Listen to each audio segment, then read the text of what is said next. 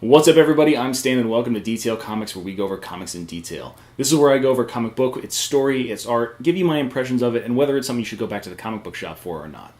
In this, I'm going to be talking about Champions number 2. So Champions number 1 was my favorite from last month regarding these whole Marvel Now 2.0 titles, and Champions number 2 is no exception to that. So let's just dive into the story real quick.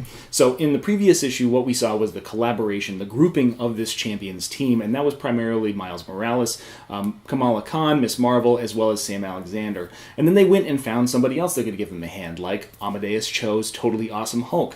And then he brought on Viv from the Vision. So this was that whole motley team of 5 individuals, and what was the idea for this book? They're going to go on a team building exercise. So they go off into the woods, they go on a camping trip. So you've got these 5 teenage superheroes, and they're all like, okay, what are we going to do out here? What's really going on? And ultimately, it was all about, developing relationships and building the team, but also super cool moves and powers and awesome stuff. So they go through their introductions, they introduce each other, they have their powers, they go over those descriptions, and they give you a little bit of an idea as to who they are, what they're capable of. And ultimately, you see this very haughty attitude from Amadeus Cho, so it's really funny when Kamala Khan asks him, it's like, oh, how high can you jump? And immediately, boom, he just shoots off into outer space, and she's just like, finally, he's gone.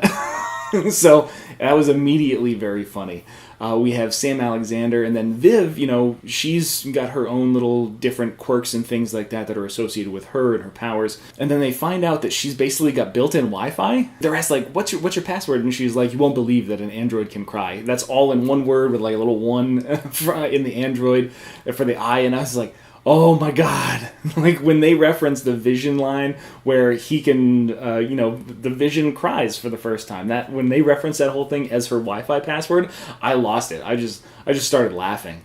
And then there was the other situation where Sam and Viv were, she was very interested in what her biochemical reactions would do when she got her first kiss. So that was a very interesting kind of thing. And then all of a sudden you see this slinky kind of figure out back, and from the cover you can kind of tell who it was, and then all of a sudden, boom, the Hulk comes slamming down, and then immediately this guy rushes out, and you see these optic blasts come off, and of course it is the young Cyclops. So hearing the mission statement, he came out to try and join up with the team, put in his resume. The Hulk and him kind of get into it, but ultimately what Viv does is she basically puts it into context. It's like, I saw somebody come out and try to defend us that he doesn't really know, we're not really friends, against something 8 times our size, and that speaks volumes. And everybody's like, you're right. So next thing we know, we're back around the campfire. Everybody's getting ready for bed.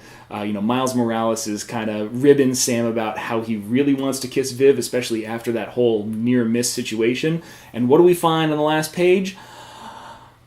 Yeah, I'm not going to spoil that for you guys, because it's really ridiculous. It is, completely out of the blue. Did not expect it at all. I mean, oh my god.